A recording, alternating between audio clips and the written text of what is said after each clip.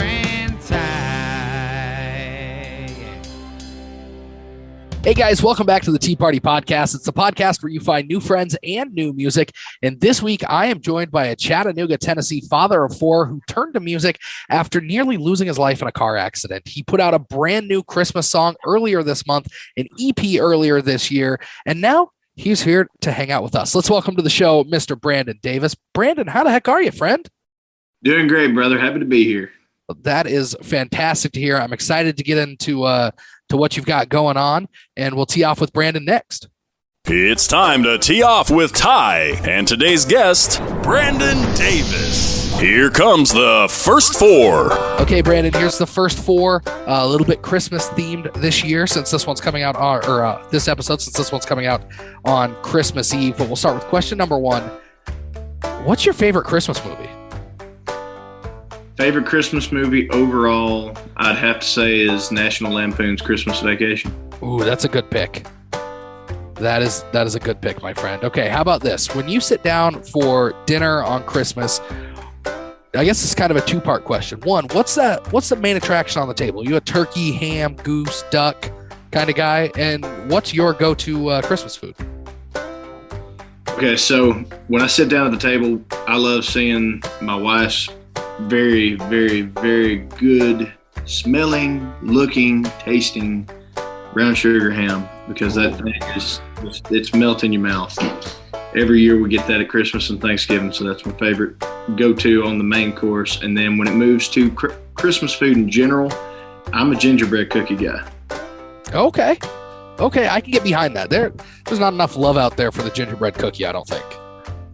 No, I'm telling you, man, they only make it one time a year, and every time this year rolls around, I always try to rush to Walmart, Publix, wherever I can find some mix so I can bring it home and hoard like 4 or 5 boxes. Nice. That's fantastic. Okay. Are you one of those guys that purchases all of your presents kind of all year long, or are you a last minute kind of guy like me? I would like to say the first, but you can ask my wife any day of the week. I'm definitely the last minute guy, unfortunately. Okay. I definitely feel that pain. Okay. Last question of the first four, Brandon. What did you ask Santa for this year? Honestly, I just asked Santa to make sure that everyone was taken care of this Christmas and that everyone has a good Christmas, because there's not a lot that I need. I've got what I need. I've got a beautiful family. I've got love and support, and I've got my health. So thankful for that. I just hope everybody else around me is able to have a good Christmas. That is a fantastic answer, my friend. Thanks for playing along with the first four for us. But now let's get to know you a little bit deeper. Pull back the curtain a little bit and give everybody a chance to get to know Brandon. Tell us how you grew up, where you grew up, and how you got into music. I grew up right here in Chattanooga, and I've lived here all my life, aside from a short period where I did take a trip out west and work a little bit in California and Montana. But I grew up, listening to country music because that's what my dad played. It's what my papa played along with gospel. Him and my mama were kind of like a little gospel version of Johnny and June. And music just runs deep in the Davis household, to say the least. But very fortunate to grow up with an amazing set of parents, and it's been a crazy journey watching how life has unfolded from childhood to now, because I never dreamed that some of the dreams I had back then were actually going to be a reality. And I always thought, dad played music, dad played baseball. Let's make those two things happen. But when baseball didn't really take hold like I wanted it to, and I had music sitting there on the side, I was like, well, how do we chase it? What do you do with something that you don't know how to do other than know that you're capable of singing and writing songs? And there wasn't an avenue at the time. And I just kind of went about normal life, chased after a degree and chased after a chance at getting a good job and settling down with a family. Well, and you've been singing since you were little, obviously, because you've been in a pretty musical family, but you picked up guitar and started writing songs kind of really in high school. And I feel like I've got to ask, was this something that you wanted to chase the dream, or did you pick up the guitar like a lot of other people to impress a very specific girl? Okay, so me picking up the guitar actually took someone sitting me down in a classroom and saying, if you don't learn how to play this, you're not going to get a good grade in class. My dad tried. That'll do it. Yeah. I mean, my dad tried to get me to learn, and it wasn't that I didn't want to. I wanted to learn, but I was a kid that was constantly running outside and, running through the woods and down to the creek and trying to play baseball and do anything I could that got me out of the house. And sitting still for more than a 5-minute period of time inside on the couch trying to learn guitar from my dad, it just wasn't something my attention span was willing to keep up with. But they offered the class, and I took that as my opportunity. And thank God that I did, because now I don't know what I would do if I didn't have that to put in my hands. I was gonna say, it seems to have worked out for you. I guess daddy and teacher kind of know best in that instance, right? Yeah, I'd say so. So then after high school, you kind of started off in life. And then in 2019, you were in a pretty serious car accident. Now, somebody who's been in a pretty serious car accident myself, I'm curious, how did that change kind of your outlook on life and your mindset in general, especially in terms of music? Man, to be honest, it's one of those things that when it happens, you're trying to make sure that it's real, and that you're not just going to be able to wake up from it and be like, okay, it's over with. We don't have to put up with that anymore. But unfortunately, that wasn't the case. I got in a head-on collision. There was a distracted driver that struck me at a red light. They rushed me to the hospital to make sure I was all right. They did a scope check and said, look, if we don't go in and do surgery, he's going to die. And my colon had ruptured. I had holes in my small intestine, lacerations on my liver, and they were trying to keep me from going septic. And they said, look, we're going to go in here and do this. I asked my wife, said, do we have your permission? She said, yes. And thank God she was there beside me, because if they hadn't done what they did, I wouldn't be here today. And despite waking up, having that moment of, why does this happen to me? Why did something like this have to be something I have to go through? It gave me that new point of view and a whole new perspective that kind of puts things in line to say, look, life is short. It can be gone like that without us even blinking an eye in the time that it could pass. And I thought about everything I had done, everything I hadn't done. And there was a lot of dreams and goals that I wanted to reach that I hadn't chased yet. And I constantly tell that to my kids all the time. It's like, chase your dreams, go after what you love. But, you can't preach something if you're not actually enacting on it yourself. Well, definitely that avenue. And I saw a quote from you that was something along the lines of, how can I teach my children to chase their dreams if I don't chase mine? And that really kind of resonated with me. I've got an 8-year-old that pushes me to take risks and chase my dreams just as much as I push him. How big of a role, as you kind of came out of that time in your life, did your kids play in the journey, not just for you chasing your dreams, but just kind of in that road to recovery and getting everything back to normal? Well, at the time, my wife was pregnant with our fourth, and I was scared to death because, I don't want my kids to ever be worried about being able to get in the car, being able to, go live daily life because of accidents that might happen. But when I got home, they were the biggest strength that I had. I didn't have to worry about them because they knew that their daddy was home and everything was going to be fine, because now we could push forward, we could grow together. And when you've got all these little ones coming up, telling you how much they love you and hugging on you, and that they're so glad that you're home, so glad that you're okay, that gives you every bit of strength that you need to push past something like that. And those kind of moments are what helped that realization of, let's take what we've got and make something of it. We love music. I've had this passion since I was little. I've been writing songs since 2007.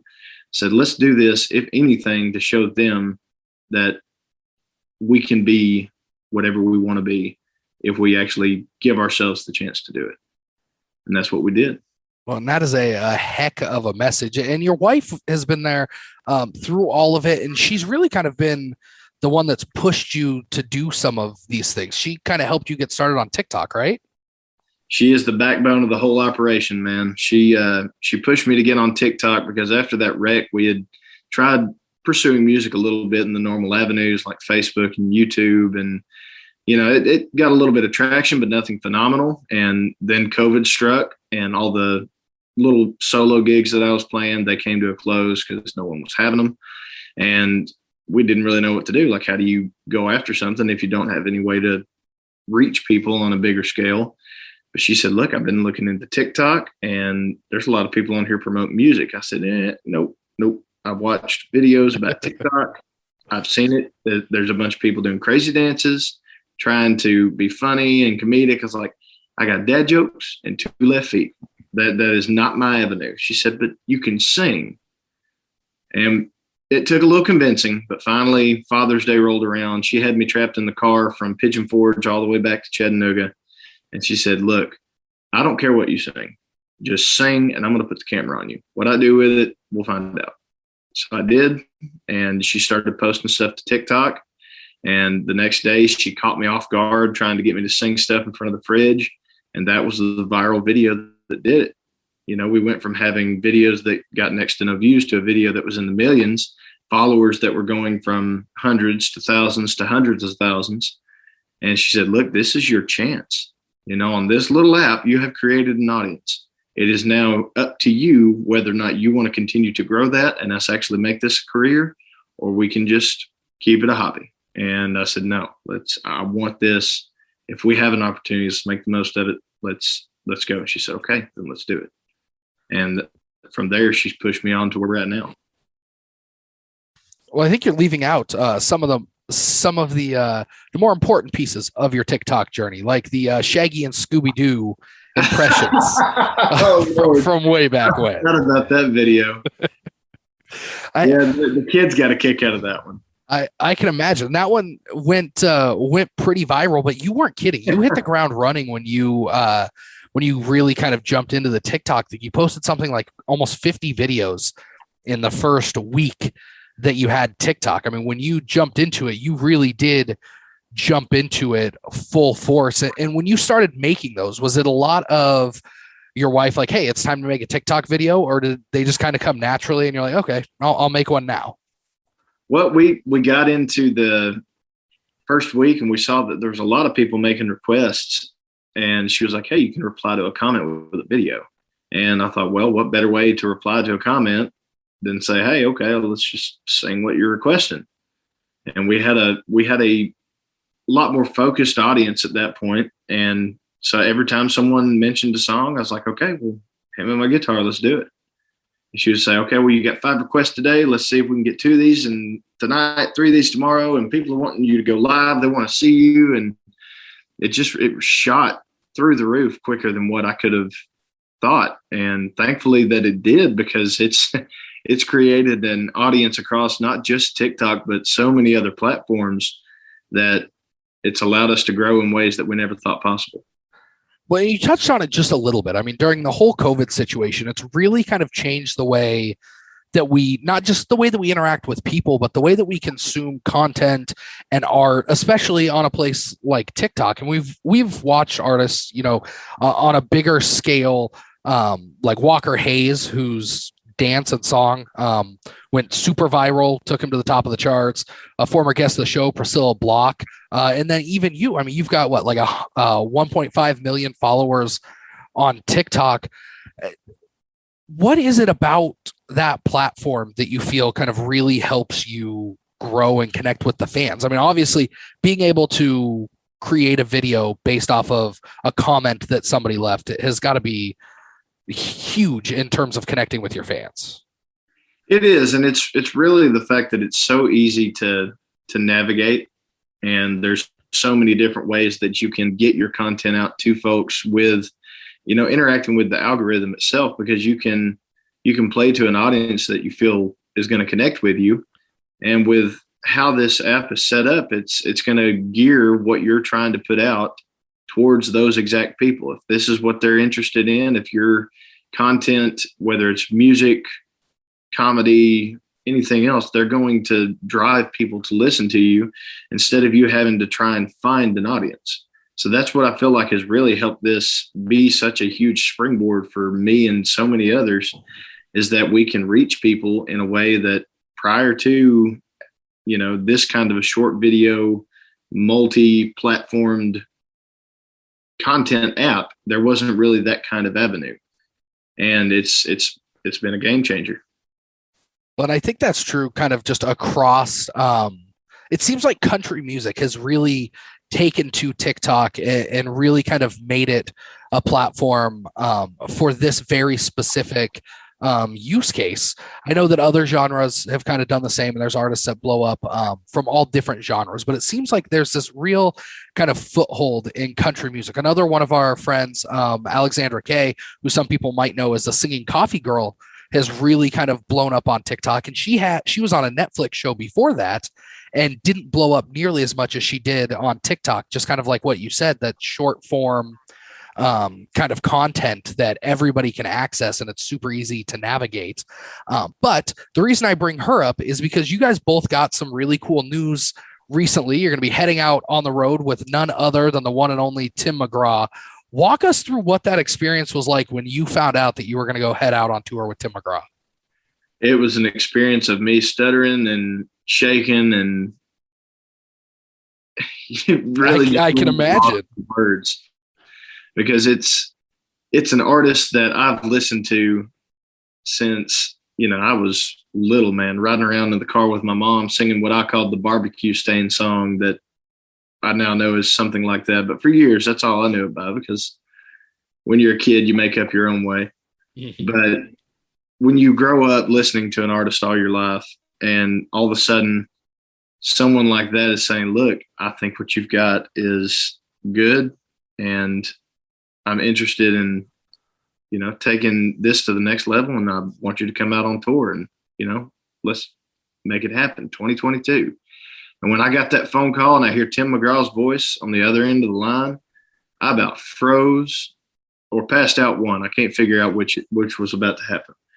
But he said it, and I don't think I could get it out quick enough. It was like one of those, like, you didn't have to ask. Just say, hey, you're going on tour with me 2022. Absolutely, I will. Yes, 100%. And blessed is all I can say. Just beyond blessed, because I jumped nearly through the roof when the phone call ended, because number one, I just got to talk to Tim McGraw, and number two, he's given me the opportunity of a lifetime to go out on the road with him, Russell Dickerson, and Alexandria Kay, and tour around this country playing music that I love, and getting to see places that I've never been, and really just taking what I've always thought was a dream, making it a reality, and pushing it to the next level. Well, and that tour itself is just going to be an absolute blast. I mean, outside of getting to play all of these great venues and see all of these new fans, but I mean, you've got Tim McGraw, Russell Dickerson, Alexander Kay, and yourself. I mean, that just sounds like an absolute party. Yes, sir. And I cannot wait to meet each and every one of them. I've been following Alexandria Kay for a good while. She's got an amazing powerhouse voice, and Tim McGraw, I mean, he speaks for himself. The man is a staple in country music, and Russell Dickerson has been putting out some killer radio hits.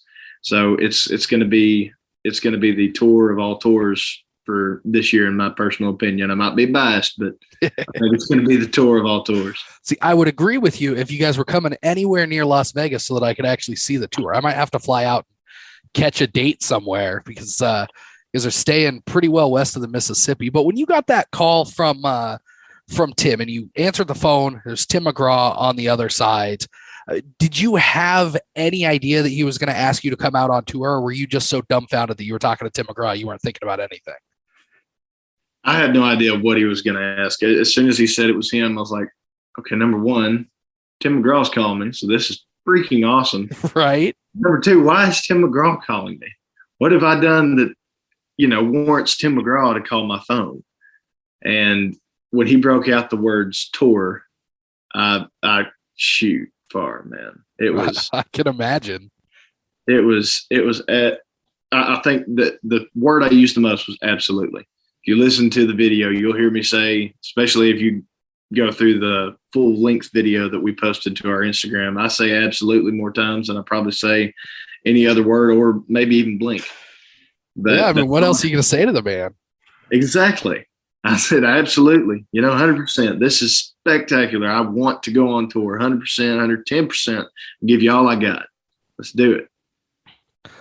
Well, have you gone out on a tour like this, even by yourself, something to this magnitude as far as travel wise? As far as travel wise, we've been all over the country. Don't get me wrong. We have seen countless cities from here all the way to California, Washington State, all over the southeast, and as far as southwest Texas. But to this size of magnitude, to the amphitheaters that we're going to be playing at, to the amount of people that we're going to be, getting to play for, this is a next level experience for me, and I just want to be able to live it for the fullest and give everybody the best that I've got while I'm up there. Well, it's no wonder that you didn't have a whole lot to ask Santa for, because this seems like maybe the greatest early Christmas present that anybody's ever got. Yeah, I'd say so. Like I said, I'm a very blessed man, and that's at the end of the day. If it weren't for the fact that there's a Lord looking out for me up above, I don't know what I'd do, because blessings like this come once in a lifetime, and I'm just thankful to be on the receiving end of it. Well, I hope that tour itself helps you, get some new fans and really kind of build out on top of all the social media stuff that you've been going on. But we've talked about it a little bit. Obviously, this episode coming out on Christmas Eve, and on top of releasing an EP and a couple of other singles this year, you dropped a Christmas song. Give us the story behind this one, because it's a very emotional song. Yeah, and this one's one that's really been heavy on my heart for a while, because it's a story that I wanted to tell for a long time. And we had released it through YouTube, and so many people said, look, I want to be able to listen to this song wherever I go. And I sat down with the team this year and my wife and said, look, I really want to put out a Christmas song this year, but it has to be this one. I want this story to be heard by as many people as possible, because I want people to understand the message behind it.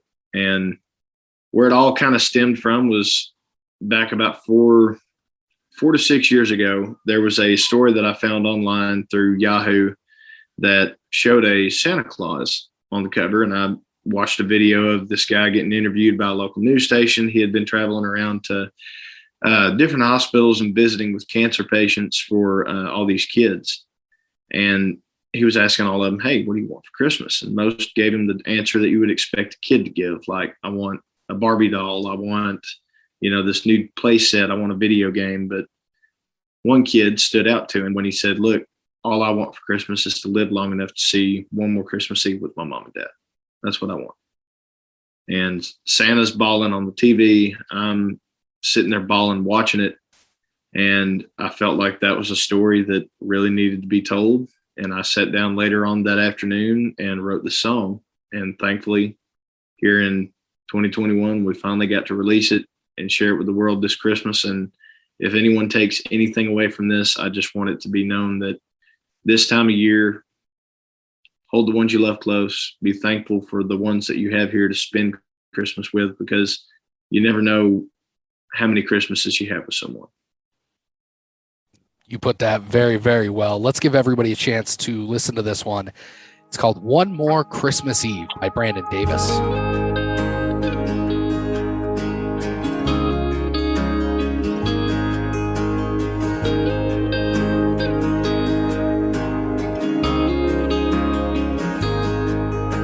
The trees are all lit up, snow's on the ground.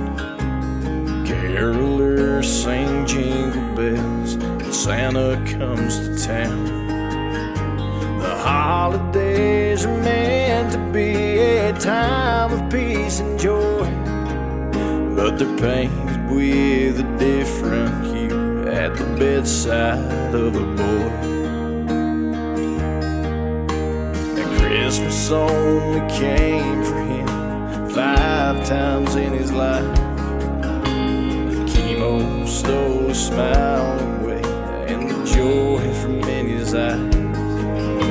His mama, she would pray to God, reach down your healing hand. My husband's fighting overseas, and I can't lose my little man. And he said, Mama, don't you worry, I know just what to do. I wrote Santa Claus a letter, and I know that he'll pull through.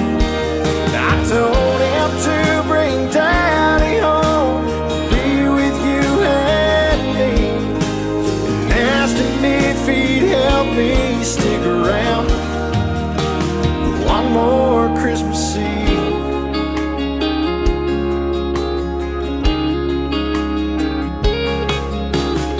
Christmas cards kept coming in day after day, saying they were sending love and prayers all their way. The doctor said there's not much time, he's barely holding on, but he just smiles as he holds the hand of his mom. He says, Mama, don't you worry, well, I know just what to do. I wrote Santa Claus a letter, and I know that he'll pull through. And I told him to bring Daddy home, be with you and me, and asked him if he'd help me stick around one more Christmas Eve. Mama starts to cry as the door swings wide open and his daddy steps inside, and he tells them that he loves them as he holds them in his arms. And they went talking through the night till December 24th. That Christmas Day is coming past, so is New Year's Eve. His mom and dad dressed in black, hearts filled with grief. A postman with a white beard stands amongst the friends that mourn, hands his mom a letter, says, I believe this is yours.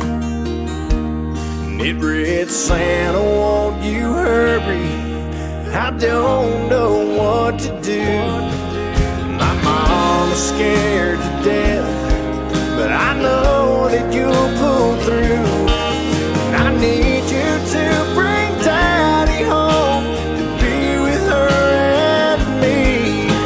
Santa, won't you help me be with them for one more Christmas Eve?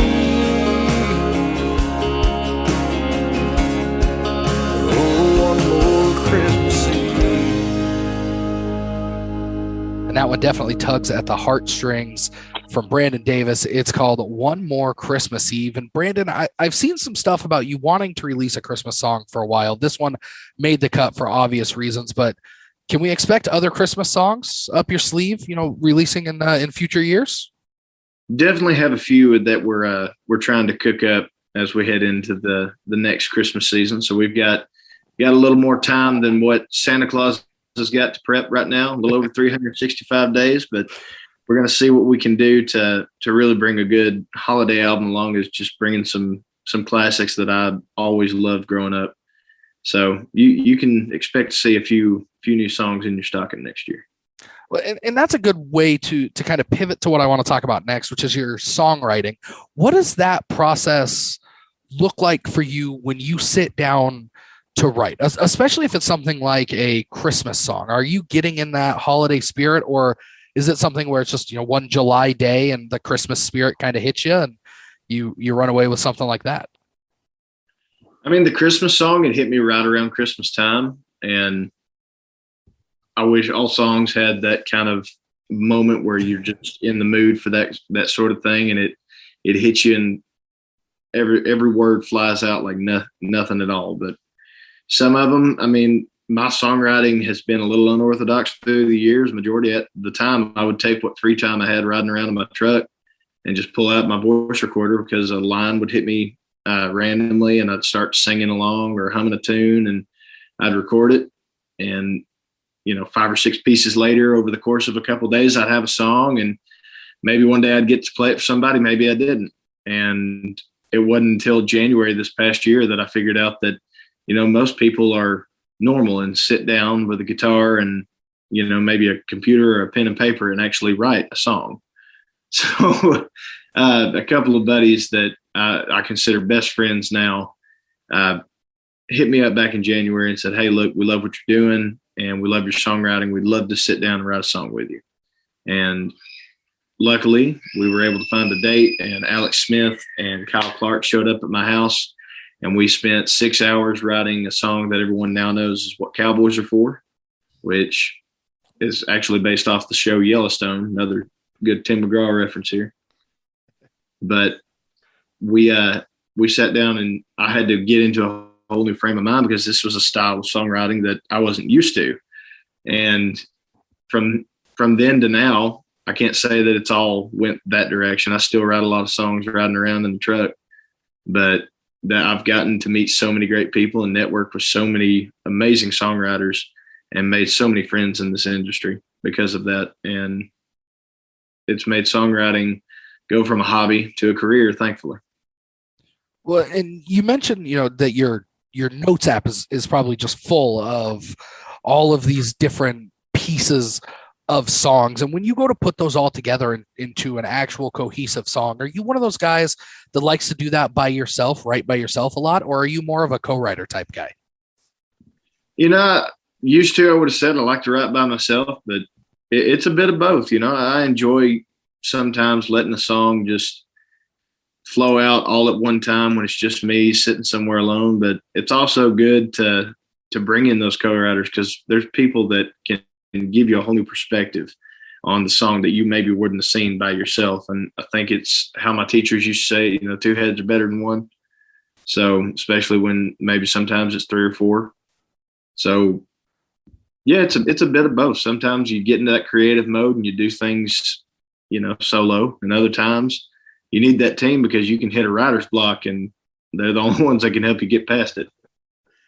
Well, we've got another song here for everybody that you wrote with a couple of friends. This one's called Minus You. It's a bit of a breakup song. Give us the story about how this one came about.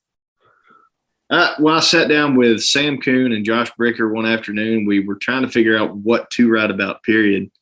And Josh was like, "Man, I've got this idea talking about throwing or looking at a beer can beaten city limit sign." It's like, "I like the imagery." He's like, "Yeah, it'd be a breakup song, like a small town breakup." So, well, what if it's not just a city limit sign? What if it's like a population sign, and you're looking at the number on there and you're just aggravated because she's driving off and you're seeing that like there's a population of 492 on the sign, but now it's lying to you because now there's one less. She's gone. So it's population 492 minus you, and that you being the girl that got away. So you're looking at a small town that has everything you have in it, or everything you want in it, except for the one person that you need in it. And you mentioned the imagery. I mean, that really does paint a picture of a guy sitting next to that sign on the tailgate of his pickup truck, just staring at that sign, thinking exactly what you're saying. And that was the goal, man. Well, here, let's give everybody a chance to listen to it, kind of build that picture in their own head. This one's called Minus You by today's guest, Brandon Davis.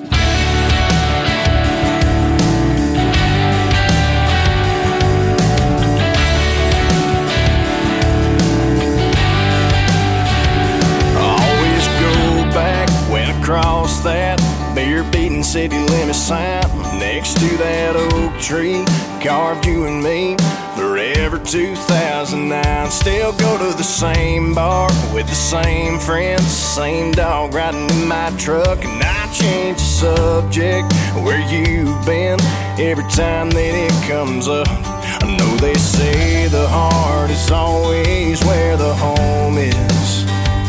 And if that's true, the mine's about halfway to New Orleans. We ran around this old town like it was the size of Texas. Windows down, straight up loud, like you couldn't separate us.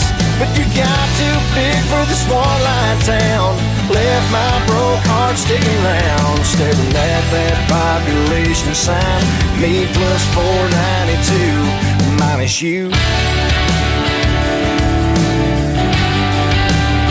Oh, minus you.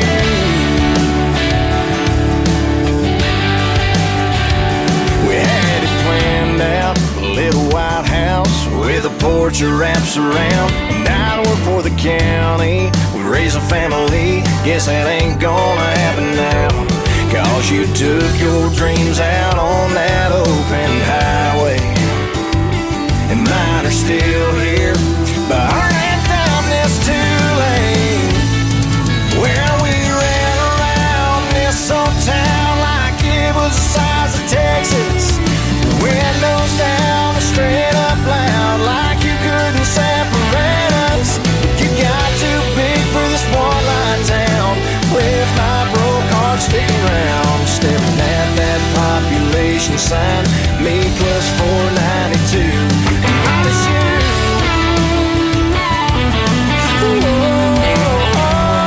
Minus you.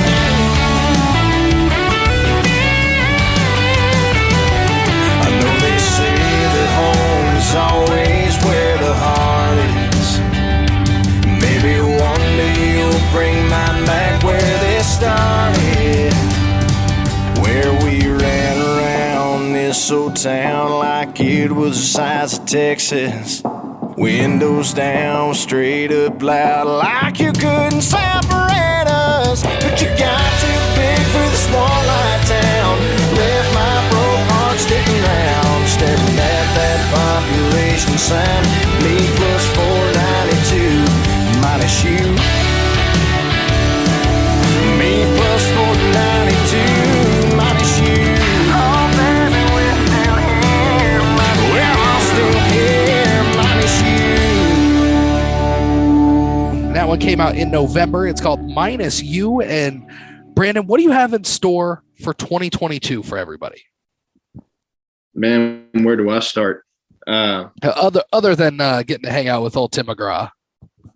Yeah, I mean, that's going to be the biggest thing. Looking forward to that tour. And we have got so much music that's in the works. Little Birdie tells me that we've got a lot of it that's going to be dropping between now and the end of April when that tour kicks off. So stay close to your social media platforms and check for updates on our website, because I've got more music to share than what I can probably even get produced all at once. And I'm excited to have what we've got coming, get ready to release, because it's been an amazing 2021, but 2022, we're going to hit the ground running with everything we got and make sure that everyone's right alongside of us for the ride. My man, having more music than you can produce may be one of the greatest problems in the world. But how can people follow you along? What's your website? What are your social media handles? If you go to BrandonDavisMusic.com, you can find everything you need to know about me, and as well as links to go anywhere you need to for merchandise, tour stops, so on and so forth. And if you want to find me on social media, you can find me on Facebook at Brandon Davis. Look for me on Instagram at Brandon Davis_music. Same thing on TikTok, Brandon Davis_music. I'm still working on remembering what my Twitter account's named. I'm not good at keeping up with Twitter. I need to get more lively. But you can also find me on YouTube at Brandon Davis as well. I'm going to catch a lot of flack for this, but I'm surprised that as many people use Twitter as they do, because exactly what you said, we've heard on this podcast probably 40 times. I don't know what my Twitter is. I use it sometimes, occasionally.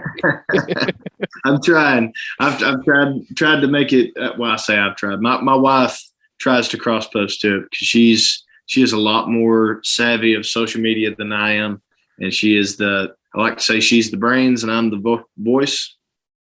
And luckily for me, she has got hopefully a handle on Twitter that maybe I can catch up to one day. There you go. Well, Brandon, man, it's been an absolute blast. We'll definitely have to catch up maybe later next year after you head out on that tour. But before we let you go, we end every podcast the same way, pretty similar to the way that we started it. We call it the Final 4. These 4 questions make you think a little bit. You up for it? Let's do it. It's time for the Final Four. Okay, here we go. Question number one. It's pretty simple. Eggnog, yes or no? Yes. Ooh, good pick. Okay, how about this? Are you one of those families that unwraps pajamas on Christmas Eve? No, we're usually the ones that wear them. Good plan. Good plan. Okay, question number three. And this one, like I said, take as much time to think as you need to. What's your favorite Christmas memory? I think my favorite Christmas memory was when I walked down the hall. I was probably 8 years old, and sitting in the living room was more Batman toys than I could even begin to think to play with. Sitting there in front of me on the couch in the living room, with one of them being the Batman Beyond Batmobile. And I was in hog heaven for the entire Christmas day, only to find out that waiting outside the front door was also a old go-kart that my dad had fixed up and had waiting for me. So that kind of topped the cake for childhood Christmas, at least.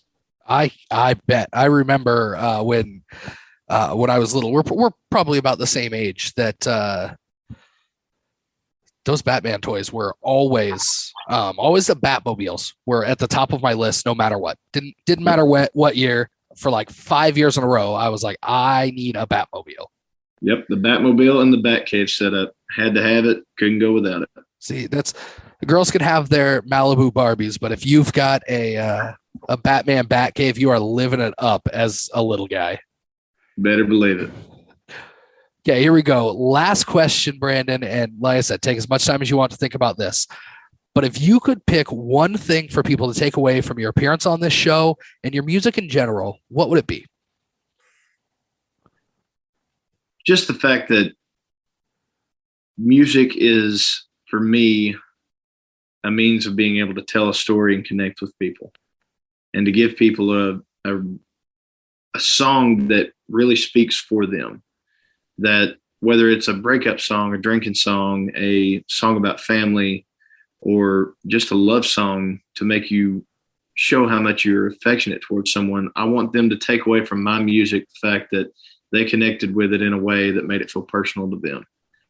Because me and my wife have learned throughout this process that being able to share our story through songs and also connect with other people's stories through that same avenue has been such a blessing, because so many people have reached out to us telling us how it's touched them. And I feel like that's what it's all about. It's connecting to people and keeping that connection alive and showing them that we're in this not just for us, but for them, because if no one was listening, there wouldn't be any music to play. Very well put, my friend. Merry Christmas to you. Merry Christmas to your family. Thank you so much for jumping on here. And like I said, we'll definitely do it again in the future. Same to you, brother, and I appreciate you having me on. Thank you, man. And that was another episode of the Tea Party Podcast. It's a country music podcast where you find new friends and new music like Brandon Davis and One More Christmas. Go tee off on the like button at facebook.com/Tea Party Podcast. This has been a Tea Party Communications production. Theme music created by Jesse Quandt. Announcer voiceovers by Gwinn. And as always, hosted by Pisani.